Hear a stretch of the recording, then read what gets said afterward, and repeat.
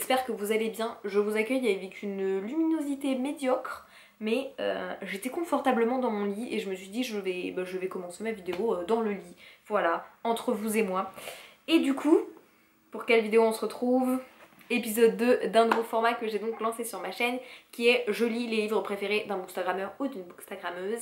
Et aujourd'hui on lit les livres préférés de Mel & Books, donc Mélanie, voilà, qui m'a gentiment donné ses 5 livres préférés, encore une fois que je n'ai pas lus. On a pas mal de livres et de goûts en commun, du coup les premiers livres qu'elle m'avait donnés, il y en avait pas mal que j'avais déjà lus. Et c'est parti, je vais vous dire ce qu'elle m'a choisi.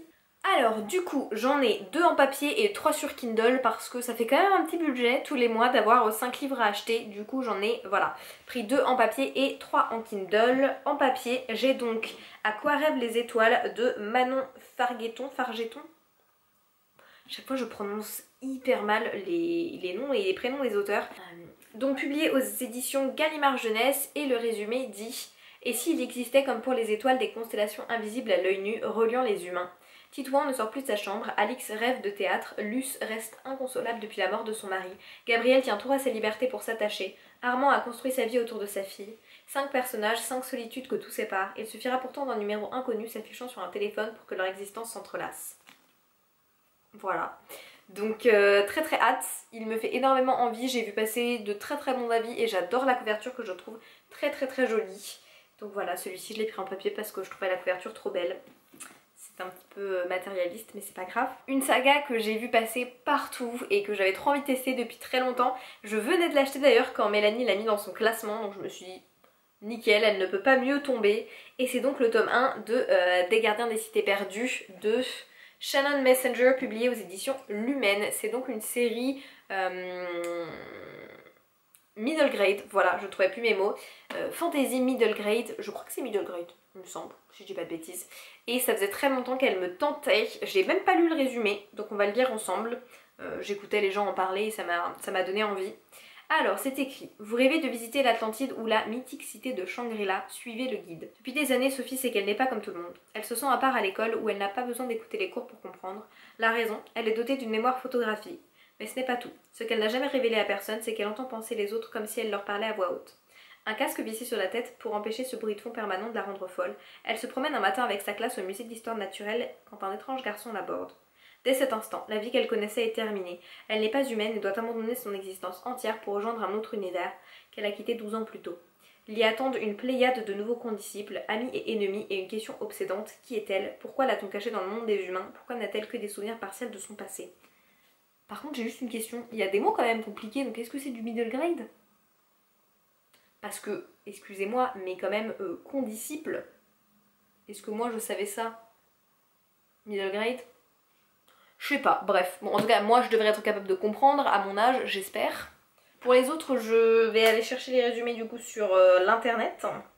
Le 3e livre qu'elle m'a conseillé, c'est donc Daisy Jones and the Six, que je voulais lire depuis très très longtemps, donc je suis très contente. L'autrice, c'est donc Taylor Jenkins Reid, qui vient de sortir récemment Malibu Rising d'ailleurs, qu'il faut que je lise.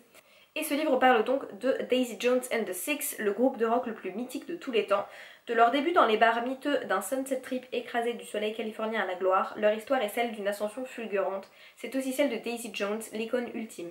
Mais le 12 juillet 1979, après le plus mémorable des concerts, le groupe a éclaté. Personne n'a jamais su pourquoi, jusqu'à aujourd'hui. Musiciens, fans, managers, amants, gardiens d'immeubles, ils ont tous été les témoins de cette histoire. Mais 40 ans plus tard, chacun a sa propre version de la réalité. Et alors ce livre, j'ai entendu énormément de bonnes choses. Je crois que j'ai pas vu passer une seule critique pour l'instant. Donc il a un peu la pression. J'espère l'aimer autant que tout le monde l'a aimé. On verra bien. L'avant-dernier livre qu'elle m'a choisi, je l'ai déjà commencé en VO sur ma Kindle, mais j'ai lu juste les 2 premiers chapitres et je suis très intriguée. C'est donc L'Empire d'écume, donc en VO c'est The Bone Shot Daughter, il me semble, de Andrea Stewart. Je le vois aussi beaucoup passer en VO, puisqu'à la base c'est américain, je ne sais pas, bref. Et il a été publié chez Brajlon, il me semble, récemment, et donc du coup on en a beaucoup entendu parler. Et donc ça se passe dans un empire contrôlé par la magie d'os. Lynn, la fille de l'empereur, va devoir lutter pour réclamer son droit au trône. Sur toutes les îles de l'Empire, on prélève sur chaque enfant un éclat d'os derrière l'oreille, lors d'un rituel trop souvent mortel. Depuis son palais, l'empereur utilise ses précieux fragments pour créer et contrôler de redoutables chimères animales, les concepts qui font régner la loi. Mais son autorité vacille et partout la révolte gronde. Sa fille Lynn a été privée de ses souvenirs par une étrange maladie et passe ses journées dans l'immense palais plein de portes closes et de noirs secrets. Pour regagner l'estime de son père, elle décide de se lancer dans le périlleux apprentissage de la magie d'os. Une magie qui a un prix. Alors que la révolution vient frapper aux portes du palais, Lynn devra décider jusqu'où elle peut aller pour reconquérir son héritage et sauver son peuple. Voilà. Et ça a l'air vraiment très très bien du premier chapitre que j'ai pu lire. Franchement, ça promet. Et enfin, le dernier livre qu'elle m'a choisi dans son top 5, c'est Elantris de Brandon Sanderson. Et je viens de voir à l'instant que c'était son premier roman. Et ça fait longtemps que j'ai envie de lire Brandon Sanderson. J'ai Oathbringer dans ma pile à lire. J'ai aussi L'Empire Ultime, il me semble, je crois que c'est ça que j'ai aussi dans ma pile à lire en français, celui-ci. Et donc là, j'ai acheté en VO sur ma Kindle Elantris du coup. Je vous lis le résumé tout de suite. Il y a 10 ans, la sublime cité d'Elantris, capitale de l'Aléron, a été frappée de malédiction. Ses portes sont désormais closes et nul ne sait ce qui se passe derrière ses murailles. Cae est devenue la première ville du royaume. Quand la princesse Sarène y arrive pour épouser Roaden, oh là là, je vais galérer avec les noms, l'héritière de la couronne, on lui apprend qu'il vient de mourir. Veuve d'un homme qu'elle n'a jamais vu, Sarène choisit pourtant de rester à la cour et tente de percer le mystère d'Elantris. J'ai entendu vraiment de très très bonnes choses sur Brandon Sanderson, plus communément appelé Brandy Sandy sur Booktube de ce que j'ai entendu. Beaucoup de droite, que des livres qui me tentent. Je sais même pas encore par lequel je vais commencer.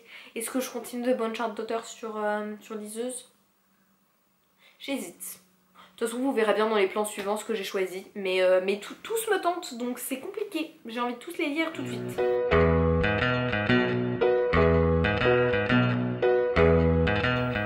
Nous sommes bien des jours plus tard, vous commencez à me connaître, je pense que vous savez que mon problème principal c'est que quand je reçois des nouveaux livres, j'ai tendance à vouloir les entamer, c'est ce qui s'est fait, du coup j'ai pas lu ce que j'avais prévu de lire pour le moment, mais j'ai quand même bien avancé dans Gardien des cités perdues de Shannon Messenger.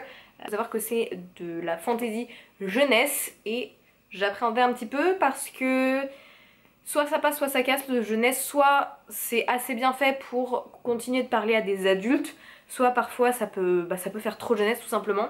Et pour l'instant j'aime énormément. Donc voilà, il faut savoir que le personnage de Sophie a 12 ans et c'est ce qui me stressait un petit peu au début d'avoir un personnage principal qui est aussi jeune. Et au final, je trouve que le personnage reste très intéressant, même si elle réagit quand même comme un personnage de 12 ans tout en étant plus mature, aussi du fait de sa nature. Mais c'est vrai que du coup je trouve que ça se lit très très bien. En plus comme c'est du jeunesse, ça se lit de manière très très fluide, on voit pas passer les pages. Pour vous dire, j'en suis quasiment au milieu, peut-être, il me doit me rester 50 pages avant d'être au milieu. Et j'aime énormément, je le lis pas en finale en français, même si j'ai l'édition papier, je l'écoute en audiobook sur Audible en VO parce qu'ils avaient pas l'audiobook en français, je sais pas s'il y en a un. Et j'aime vraiment vraiment beaucoup, je suis à fond dedans, j'aime beaucoup les différents personnages, j'aime beaucoup Sophie, j'aime beaucoup Fitz. Là on découvre en ce moment de nouveaux personnages donc ça me plaît vraiment beaucoup. Et ça peut être aussi un bon moyen, comme c'est du vocabulaire assez simple, de débuter la fantasy en VO si ça vous tente, de commencer par du middle grade comme ça. Mais j'aime beaucoup. Le seul truc qui me fait peur avec cette saga, c'est je pense qu'il faut que ça soit un coup de cœur pour que j'ai la volonté de me lancer dans le nombre de tomes qu'il y a, parce qu'il me semble que c'est en plus une saga qui est toujours en cours. En tout cas en français elle est toujours en cours, peut-être qu'elle est terminée, elle est sortie complètement en VO. Mais voilà, c'est la seule chose qui me stresse pour le moment. Et c'est vrai que même si je pense que ça risque d'être une très bonne lecture, je pense pas que ce soit forcément un coup de cœur. Mais on va voir, ça peut totalement changer et ça reste une saga très très intéressante. Et par exemple, ça reste un livre que je passerai vraiment à mes enfants s'ils aiment la fantasy, parce que je pense qu'ils adoreront ce genre de lecture. En parallèle, j'ai aussi commencé Elantris de Brandon Sanderson, je vous dis le résumé juste après, mais j'ai trouvé le meilleur audiobook qui existe. Franchement, c'est incroyable. Je vous donne le nom de la maison d'édition audio qui le publie sur Scribd et sur Audible, parce que vraiment c'est incroyable. En fait c'est une maison d'édition, alors je pense qu'il y a d'autres maisons d'édition qui font ça, mais c'est un film en audio, c'est-à-dire qu'ils ont engagé toute une troupe d'acteurs, il y a des bruitages, donc il y a des musiques de fond pendant tout le livre, il y a les bruits de pas quand ils marchent, c'est un truc de dingue. On a vraiment l'impression d'avoir un film juste sans les images et je trouve ça fou.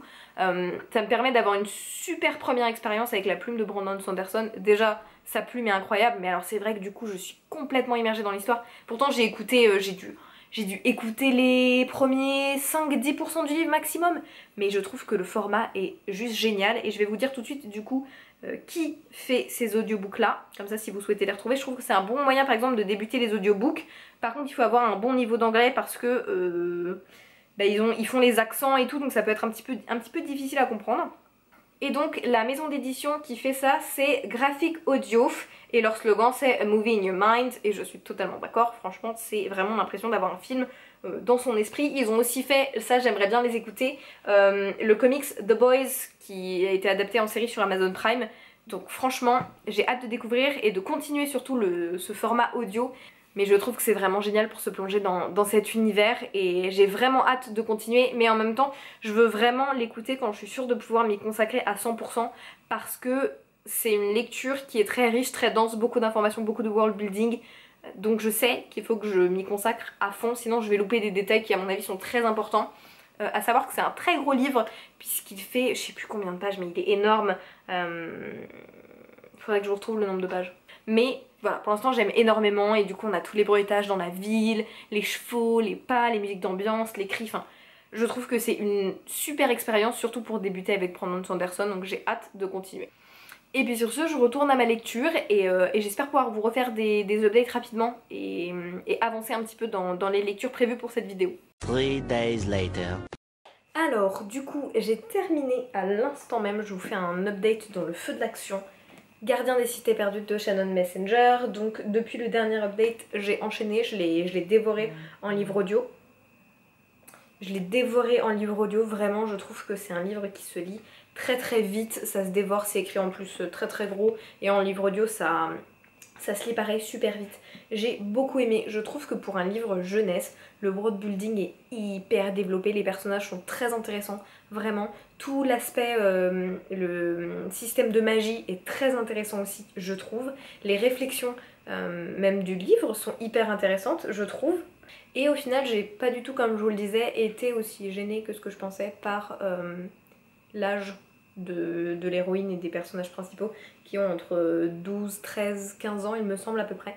Voilà, j'ai quand même beaucoup aimé l'histoire, alors j'ai mis 4 sur 5 parce que c'est pas un coup de cœur incroyable dans le sens où je pense que j'aurais du mal à avoir un tout gros coup de cœur pour une saga fantasy qui n'est pas du young adulte ou du new adulte ou de l'adulte fantasy mais qui est du jeunesse. Mais sinon franchement déjà c'est une saga, c'est sûr si mes enfants aiment lire je leur ferai lire cette saga, c'est sûr et certain.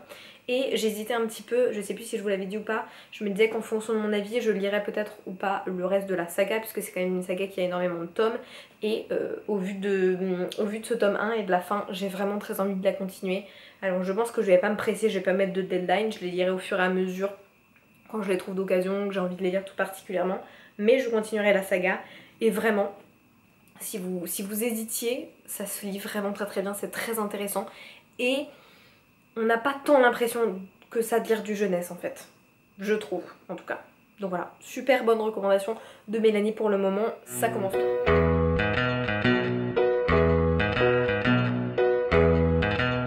Et du coup, j'ai entamé hier soir en papier, j'ai lu 23 pages, donc vraiment pas grand chose. Et pour avoir lu les 23 premières pages, je peux vous dire que je pense que je vais adorer la plume, vraiment. J'aime énormément la façon dont c'est écrit, je trouve que c'est... Je sais pas comment dire, mais on arrive directement les chapitres sont très très courts, hein, mais en quelques pages à rentrer dans la psychologie de chaque personnage. De toute façon, il y a beaucoup de personnages, il y en a du coup 5. Je me dis toujours que quand il y a beaucoup de points de vue, c'est un petit peu compliqué. Et là, en quelques phrases, je sais qu'on va très facilement reconnaître de qui elle parle à chaque fois et qu'on comprend très très bien leur manière de penser, pourquoi est-ce qu'ils sont comme ça, pourquoi est-ce qu'ils sont très seuls. Donc j'ai vraiment... Qu'est-ce que tu fais ? Mais donc j'ai vraiment hâte de le continuer et pour le coup je pense qu'il y a matière que celui-ci soit un vrai coup de cœur. Donc j'ai hâte. The next day.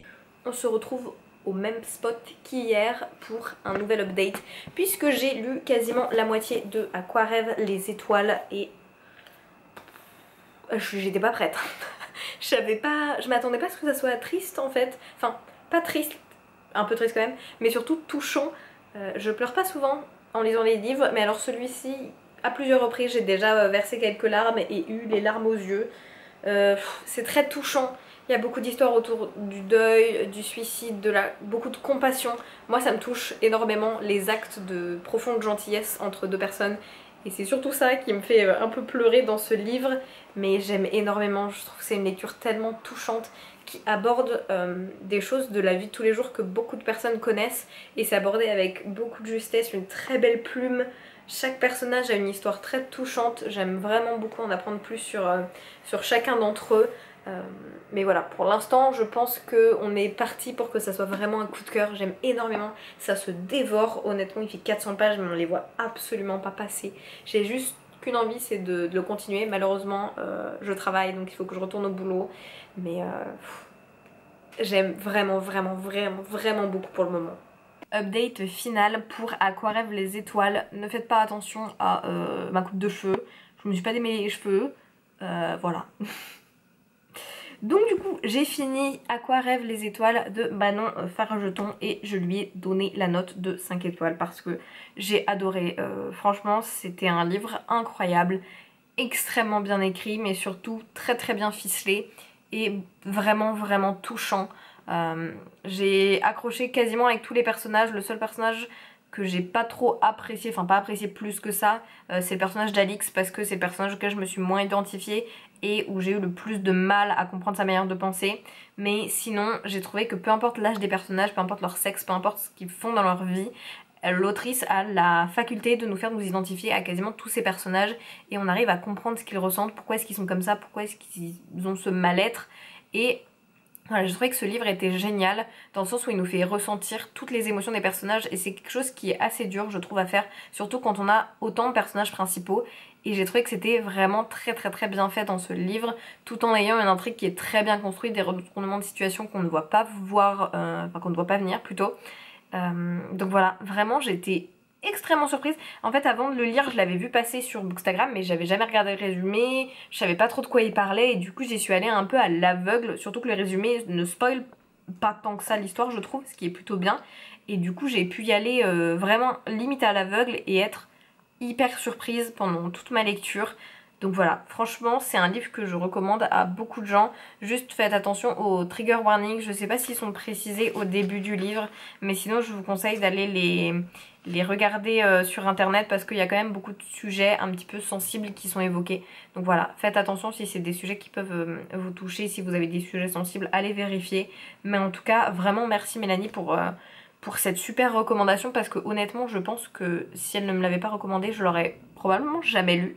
Et c'est dommage parce que je pense que, sans blaguer, c'est une lecture qui apporte quelque chose. Une fois qu'on l'a lu, ça marque, je trouve.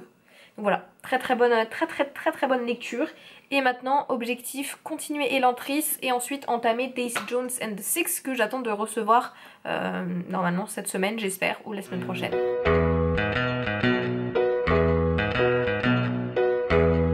Troisième livre entamé, mais si vous ne me suivez pas sur Instagram, vous ne connaissez pas mes petites péripéties par rapport à ce livre. J'entame donc Daisy Jones and the Six.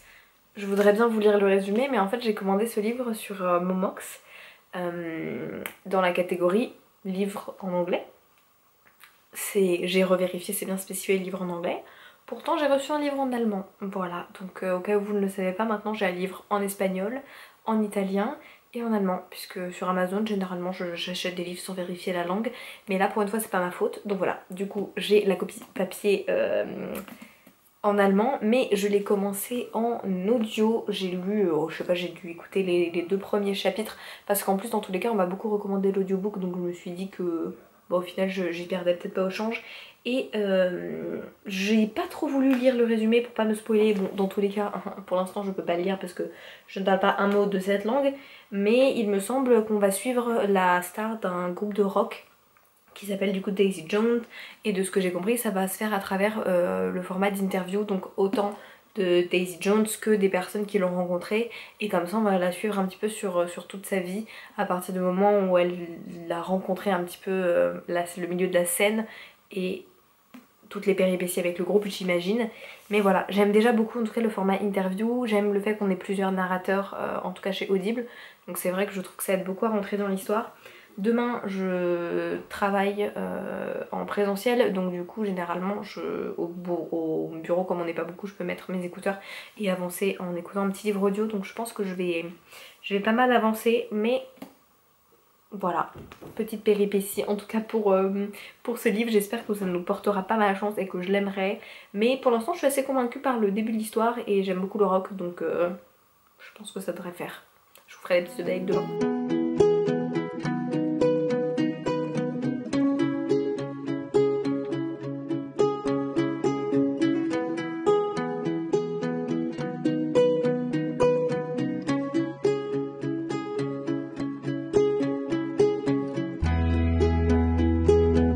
Update du soir, j'ai une bonne et une mauvaise nouvelle.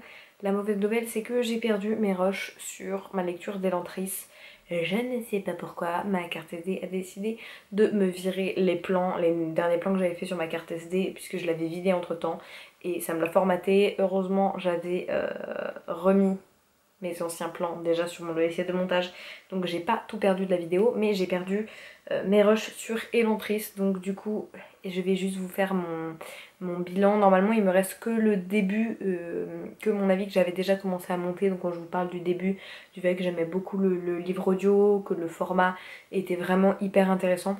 Donc du coup je reprends mes petites notes que j'avais fait sur le bouquin pour pas vous dire de bêtises, mais du coup je lui ai mis 4 étoiles et la première chose que j'ai à dire c'est qu'on ne dirait absolument pas que c'est le premier livre de Brandon Sanderson, mais alors vraiment pas du tout, franchement. Honnêtement c'est probablement l'une du coup des meilleurs debut novels que j'ai pu lire, vraiment.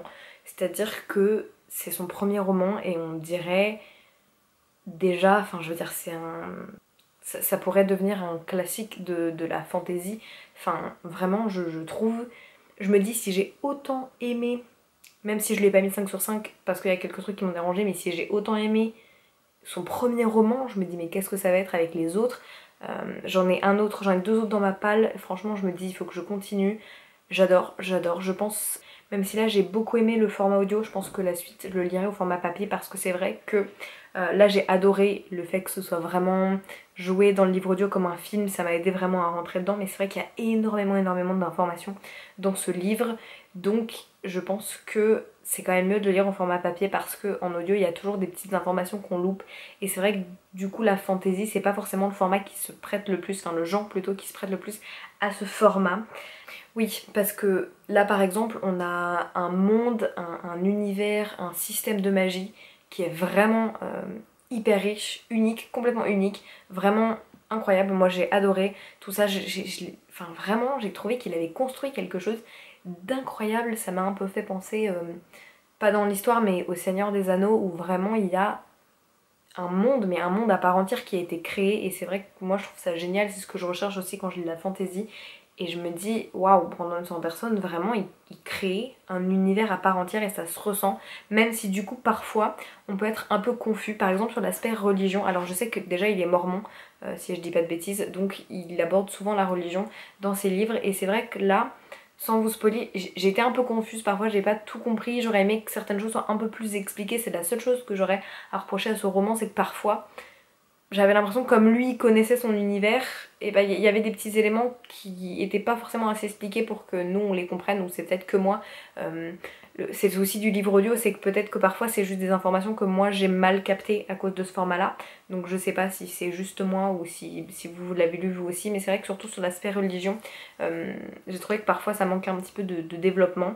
Mais sinon j'ai vraiment adoré, et là j'ai qu'une envie, c'est de découvrir ces autres romans. Et puis voilà, encore une fois, on me l'avait vendu, donc ça je m'en doutais, mais une intrigue incroyablement bien ficelée, des plot twists hyper intéressants. J'ai aussi beaucoup aimé les personnages principaux, vraiment je les ai trouvés très intéressants, attachants.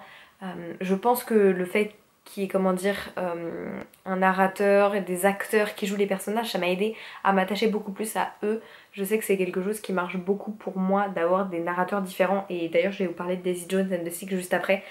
Et je trouve que ça aide à s'immerger à fond dans le récit. Donc voilà, je lui ai mis 4 étoiles sur 5 parce que voilà, il y a quelques petites choses qui m'ont dérangé, qui font que c'est pas un coup de cœur. Mais vraiment, je sens que ça a un potentiel de dingue et j'ai vraiment adoré ma lecture. Et du coup j'ai aussi fini Daisy Jones and the Six. Je vous aurais pas fait beaucoup d'updates mais parce qu'en fait je l'ai dévoré en audio. Comme j'ai repris le travail en présentiel, c'est vrai que pour bosser de temps en temps j'aime bien travailler avec mon petit fond sonore, donc je me mets un livre audio quand je fais mes petites tâches un petit peu soit répétitives, soit comment dire, qui ne demandent pas énormément de créativité, où je tape juste des choses. Et c'est vrai que du coup je l'ai écouté à fond, je l'ai écouté en français parce qu'on m'avait demandé on m'avait recommandé le livre audio en anglais et en français. Je me suis laissée tenter par la version française et j'ai adoré, vraiment. J'ai trouvé, en fait on avait l'impression de regarder un biopic sur un groupe de rock américain et c'est ça mes versions livres. Mais ce qui est intéressant dans le livre audio c'est que comme pour Elantris, on a des acteurs différents selon les personnages et ça aide énormément à se les représenter je trouve et à tout simplement s'attacher à eux parce que je sais pas, on identifie ces personnages à une voix, un jeu d'acteur et c'est pas la même chose que ce qu'on se représenterait dans notre tête. Voilà, j'ai énormément aimé, moi j'aime beaucoup le rock, j'aime beaucoup la musique et donc c'était hyper intéressant de voir le développement du tout début d'un groupe de rock jusqu'à voilà, ce qu'ils explosent et la célébrité et en même temps on suit aussi leur vie normale derrière cette célébrité, comment est-ce qu'on vit quand on est célèbre, quand on a des problèmes d'addiction, quand on a des problèmes de cœur et c'est vrai que ouais, j'ai trouvé que c'était des sujets qui étaient très bien abordés et ce qui est intéressant aussi c'est que ce livre, si vous le savez pas, il est raconté sous format d'interview mais surtout en fait dans le format audio les personnages interagissent, c'est à dire que c'est pas une interview juste où on écoute de manière monotone toute une personne qui parle, c'est la même question et plusieurs personnes qui répondent et du coup ça fait une sorte de discussion et je trouvais que c'était vraiment hyper immersif donc j'ai beaucoup aimé. Ça me donne énormément envie de lire d'autres livres de cet auteur, donc j'ai déjà acheté The Seven Husbands of Evelyn Hugo que j'ai trop hâte de lire. J'ai vérifié, il est bien arrivé en français donc je pourrais le lire au format papier, donc pas comme celui-ci. Mais voilà, seul petit bémol c'est que c'est les personnages de... J'ai pas trop aimé les personnages de Daisy et de Billy, mais ça j'ai envie de dire c'est... Dans tous les groupes il y a des personnages qu'on aime, enfin même des personnes qu'on aimera moins et c'est les personnalités avec lesquelles on accroche plus ou moins. Et moi j'ai pas trop accroché avec la personnalité de Daisy, enfin son évolution en tout cas pas toujours appréciée. Mais en même temps ça montre les hauts et les bas des personnages, leurs bonnes comme leurs mauvaises décisions. Donc vraiment... Je trouve que c'est un livre qui donne l'impression d'avoir une fenêtre sur la vie de plusieurs personnes et j'aime beaucoup. Il y a ce côté un peu... on veut observer la vie de personnes célèbres mais voilà, j'ai beaucoup aimé. Et seul bémol, j'aurais aimé qu'à la fin du livre audio, on ait les musiques. Alors bon, je sais que c'est beaucoup de budget et tout, mais c'est vrai qu'on parlait énormément de chansons dans ce livre, y compris Aurora. Et c'est vrai que j'aurais trop aimé qu'ils prennent un groupe et qu'ils mettent les musiques à la fin ou pendant le roman. Mais bon, c'est un tout autre budget. Voilà, donc j'ai beaucoup aimé. Je lui ai mis... Combien je lui ai mis déjà? Je me rappelle plus. Je lui ai mis 4,5 sur 5. J'ai vraiment énormément aimé. Voilà, merci Mel pour sa recommandation. Pour l'instant, encore une fois, un sans faute. Celui-ci, je pense que c'est un de ceux qui se rapproche. Ah non, j'ai quand même beaucoup aimé Aquarelle les étoiles aussi. Mais je pense que c'est un de ceux qui se rapproche le plus d'un coup de cœur, vraiment. J'ai énormément aimé.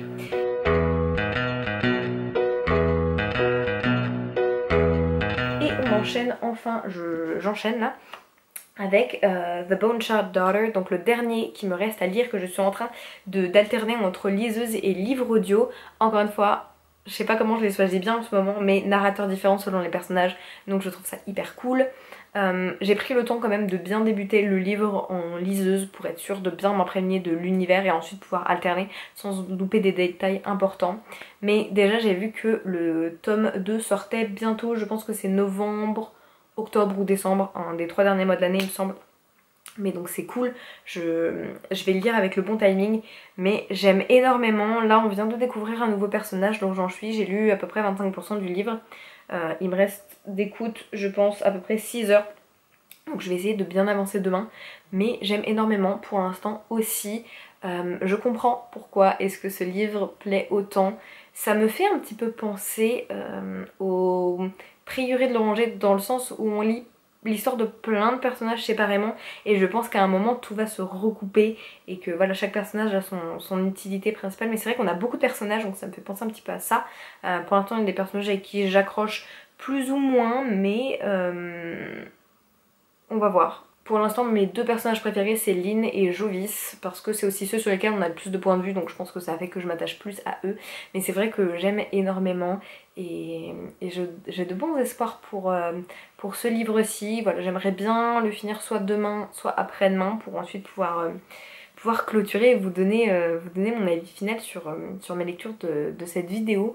Mais encore une fois, j'adore tourner ce genre de vidéo parce que ça me permet de découvrir plein de livres que j'aurais pas lu forcément de moi-même. Alors je sais que Daisy Jones and the Six et The Bone-Shot Daughter ils m'intéressaient déjà de base, mais c'est vrai que À quoi rêvent les étoiles, je sais pas si je l'aurais lu forcément. Je sais que Elantris me tentait mais c'était pas du tout dans mes priorités, donc je sais pas si je l'aurais lu non plus.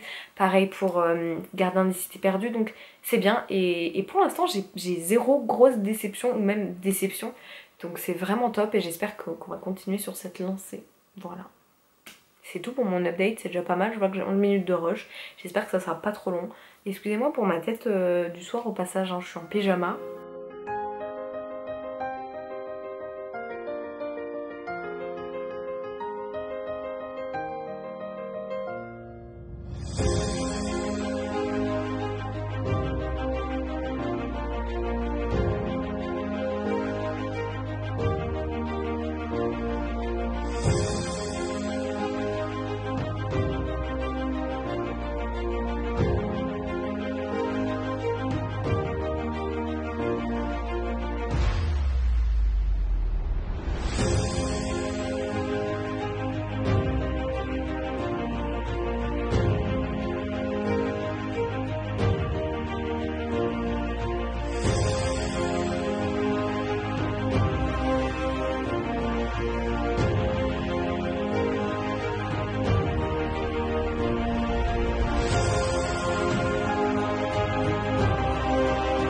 Dernier update de la vidéo puisque j'ai fini le dernier livre de cette vidéo.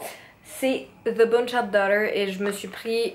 J'ai tout noté sur un bloc-notes parce que j'ai beaucoup de choses à dire en positif, en négatif. J'hésite encore, je sais pas si... Je pense que je vais mettre 3,75 parce que je trouve qu'il mérite plus que 3,5. Mais j'étais un peu déçue par rapport à mes attentes. Non pas que ce soit un mauvais livre du tout, juste je m'attendais un peu plus, du coup j'étais un peu déçue. Je sais pas pourquoi, mais on me l'a tellement bien vendu que je m'attendais à un truc de malade et au final du coup j'étais un peu déçue. Je vais vous expliquer pourquoi, je vais vous donner mes points positifs, mes points négatifs, je fais un truc très appliqué. Mais on va commencer par les trucs positifs.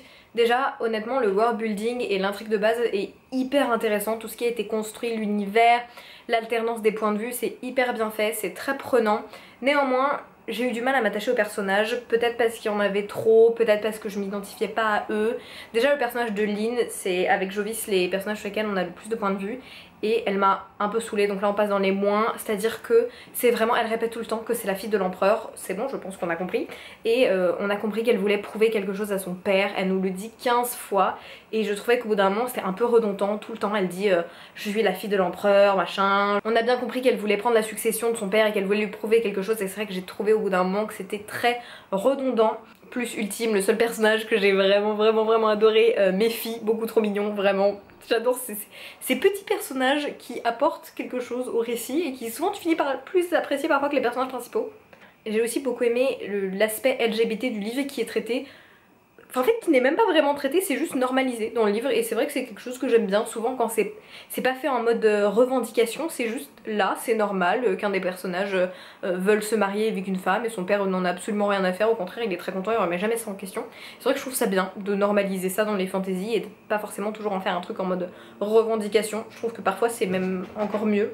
Voilà, donc j'ai beaucoup aimé ça, j'ai beaucoup aimé l'histoire, l'intrigue, le développement de l'intrigue, mais j'ai trouvé quand même qu'il y avait quelques longueurs. C'est vrai que par exemple j'arrivais pas à le lire forcément d'une traite. Après encore une fois c'est le problème quand j'ai deux lectures fantasy en cours, c'est que parfois j'ai du mal, du coup j'ai l'impression que si j'aime trop une de mes lectures j'apprécierai pas l'autre à sa juste valeur, et en ce moment je suis en train de lire Empire of the Vampire, le nouveau de J. Christophe que j'aime énormément, donc je me dis que ça joue peut-être, mais dans tous les cas les choses que j'ai pas aimées dans le livre je pense que je les aurais pas aimées dans tous les cas. Du coup on va passer d'ailleurs aux choses que j'ai moins aimées. Donc comme je vous l'ai dit, tout le côté je suis la fille de l'empereur, je suis la fille de l'empereur, on a compris, Lynn, pas besoin de le dire 15 fois. Et sinon j'ai pas trouvé les plot twists si surprenants que ça, dans le sens où je trouve qu'à partir du premier tiers du livre, la moitié du livre, on peut facilement le sentir venir. Et du coup ce plot twist là amène selon moi pas mal d'incohérences où parfois déjà il y a des choses qui sont dites et qui sont contredites après, et aussi il y a des trucs où on se dit oui mais du coup pourquoi est-ce que ce personnage là n'a pas fait quelque chose qui aurait été très simple pour l'histoire et qui aurait facilité tout le truc. Alors je sais que c'est pas le but, mais du coup ça crée quelques incohérences où on se dit oui mais du coup c'est absolument pas logique, enfin selon moi, et c'est vrai que ça m'a peut-être un peu freiné du coup dans ma lecture. Voilà, donc du coup je pense que c'est un livre qui, dans tous les cas je lirai le tome 2 qui sort très bientôt il me semble. Je le lirai parce que je pense que maintenant que tout l'univers est mis en place, que les personnages sont présentés, que l'intrigue, le système, le Magic System est mis en place, à mon avis le tome 2 va pouvoir apporter quelque chose de très intéressant à l'intrigue et j'ai hâte de voir ce qui va être fait. Donc je lirai la suite. Juste voilà, je pense que j'avais un peu trop d'attentes et c'est ce qui a fait que j'étais un petit peu déçue, mais honnêtement ça reste un super début de fantasy. Oh, je vais vous montrer après que Miel s'est mis dans le carton. Bref, ça reste un super tome 1 de fantasy et je pense que ça amènera une saga très intéressante, juste un peu en dessous de ce à quoi je m'attendais du coup. Regardez-moi ça. Alors je précise qu'elle a un panier, hein, elle ne dort pas dans un carton, mais dans ce petit carton j'ai de quoi de temps en temps faire mes photos, j'ai du papier cadeau pour mettre en fond, j'ai des pages de livres et souvent j'ai Couscous, voilà, qui adore s'y mettre, elle adore dormir dedans, donc elle ne dort pas dans un carton en temps normal, mais elle préfère ça à son panier. Ça vaut le coup de payer un panier un peu cher. Bon, mon cadrage est nul, mais on s'en fiche. Du coup, on arrive au bilan final de cette vidéo. Je vais vous donner les notes que j'ai mis par ordre croissant. Donc du coup, ma lecture la moins appréciée, même si encore une fois, c'est pas nul, j'ai pas détesté, c'est juste que le reste a été au-dessus. Selon moi, donc on a l'Empire d'écume où j'ai mis 3,75. Ensuite, on a Elantris et Gardien des Cités Perdues auquel j'ai mis 4 étoiles. Après on a Daisy Jones and the Six où j'ai mis 4,5 sur 5. Et enfin ma meilleure lecture de cette vidéo, À quoi rêvent les étoiles, où j'ai mis 5 sur 5. Voilà, j'ai eu un gros coup de cœur sur ce livre. En tout cas que des belles lectures, honnêtement, que des livres que j'avais envie de découvrir et où je n'ai pas été globalement plus déçue que ça. Voilà, peut-être qu'il y en a certains où j'avais des attentes un peu trop élevées, mais j'ai eu aucune vraiment mauvaise lecture ou grosse déception. Donc voilà, trop contente d'avoir tourné cet épisode 2, à chaque fois ça me permet de découvrir plein de livres hyper sympas et c'est toujours trop cool de découvrir les livres favoris de certaines personnes et ensuite de pouvoir voir si ça nous correspond. Encore une fois ça me renforce dans l'idée que j'ai les mêmes goûts à peu près que Mélanie et donc du coup je peux toujours me fier à ses recommandations et ça c'est cool et c'est super sympa quand vous trouvez des gens sur Booksta auquel vous savez directement que vous pouvez vous fier, vous voyez un avis positif et bah vous savez généralement que c'est aussi fait pour vous et ça je trouve qu'il n'y a pas meilleur sentiment. Bon, j'exagère peut-être un petit peu, mais c'est hyper agréable. Et j'ai déjà acheté tous les livres pour tourner l'épisode 3. Donc mais j'ai déjà même commencé à le tourner en fait. J'ai déjà lu 2 livres il me semble. Donc voilà. Je vais monter celui-ci, j'essaie de vous le sortir rapidement, de toute façon quand vous le verrez c'est que je l'ai monté et qu'il est sorti. Mais voilà, j'espère que cette vidéo vous aura plu, j'espère que certains livres vous vont intriguer peut-être, ou alors si vous en avez lu certains n'hésitez pas à me le dire en commentaire. Et puis je vous laisse me mettre un petit emoji livre en commentaire si vous êtes allé jusqu'au bout de cette vidéo qui doit être encore une fois un petit peu longue. Ciao ciao.